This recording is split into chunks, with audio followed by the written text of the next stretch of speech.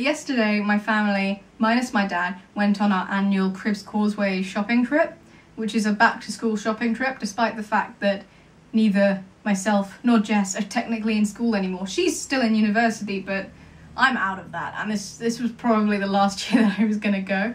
And one of the main reasons that I went along this time was to find work clothes, because I've never had a proper sit-down job. I've been employed by a company called AudioGo, which didn't involve going in anywhere. I was sent audio files to proof, and I could do them in my pyjamas at home and no one would be the wiser and no one would care. So I've never had to have smart clothes, and apparently this sort of get-up isn't appropriate for interviews. The more you know, right? So this is a haul video. I don't really do clothes hauls very much because I so rarely buy clothes. Let's get the not the clothes stuff out of the way. I'm very particular about my pens, and these type of pens are the only pens that I love. I don't do biros, I don't do fine liners, anything like that. I have to have these type of pens. I took one of my other ones along with me as reference to hold up to the pens in Smith's and yes, this is my pen. These are unfortunately hideously expensive, £8 for 3. But I only have to buy, a couple packets because I do use them until they literally run out because I love them that much.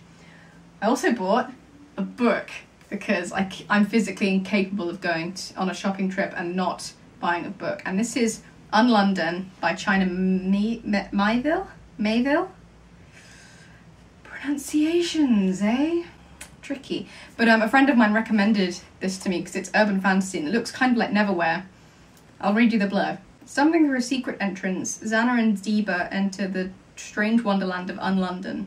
Here all the lost and broken things of London end up, and some of its people too, including Brockenbroll, boss of the Broken Umbrellas, and Hemi the half-ghost boy. But the two girls have arrived at a dangerous time. Unlondon is a place where worlds are alive, where a jungle lurks behind the door of an ordinary house, where carnivorous giraffes stalk the streets, and a sinister cloud called smog is bent on destruction. It's a frightened city in need of a hero.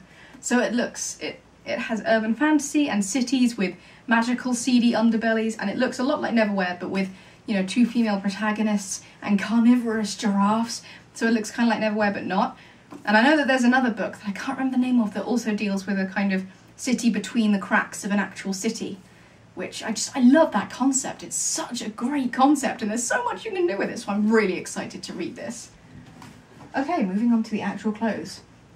Boring tights, because these are the first boring tights I bought since secondary school. They're just black and grey and purple. So there are some staples that I always need, and one of them is a red top. My old red top kind of wore through. Also, with the help of my handy chair, to skinny jeans. I haven't had skinny jeans since, I think I had a pair of red and black striped ones when I was maybe 15, 16. My normal jeans are pretty baggy. And apart from that, I only have tights and leggings.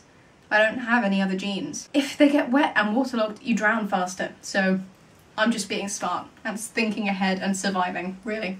So this is super terrifying and awesome. I think my mum might have gone a little overboard perhaps with the blazer, but she insisted, and I think it looks pretty cool. So I wasn't gonna say no. But ooh, don't I look swish? And terrifying, and tall. I gotta get on the chair to show you. Ugh. The shoes aren't a new purchase, but I think I took them from Jess. I did, yeah, they were Jess's originally. I don't know why she was getting rid of them, but I kind of snagged them because I thought, hey, work shoes, they might be useful in the future. And they're pretty hard to walk in sometimes, but as long as I'm wearing thick socks, it's not that much of a problem.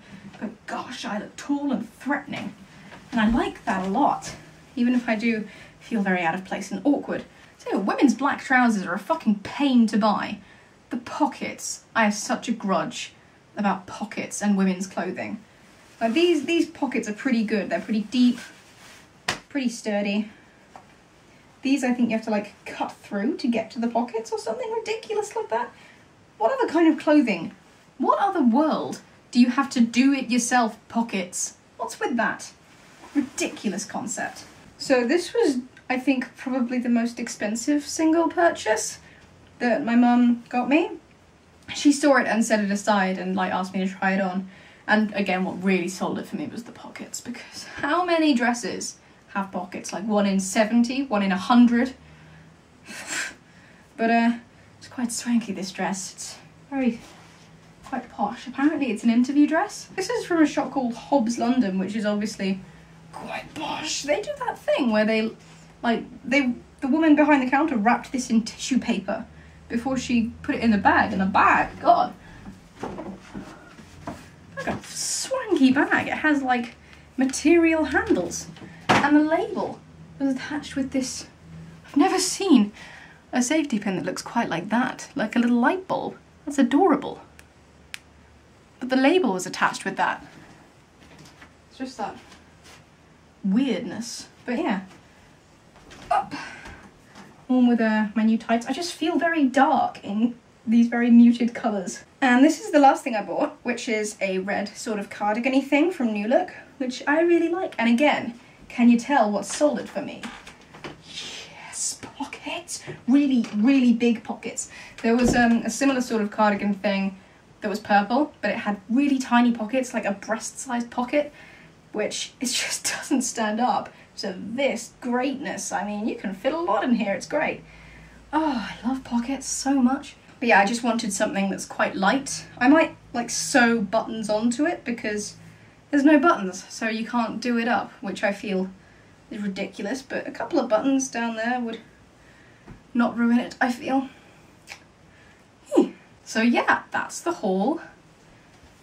I think that went pretty well. This is my current outfit, in case you were curious as to the length of this paisley thing, dress, wrap. But yeah, I'm very, very lucky to have such a generous mum. Do you think I look interviewable and hireable? Okay, on to more existential dread and angsting about my future.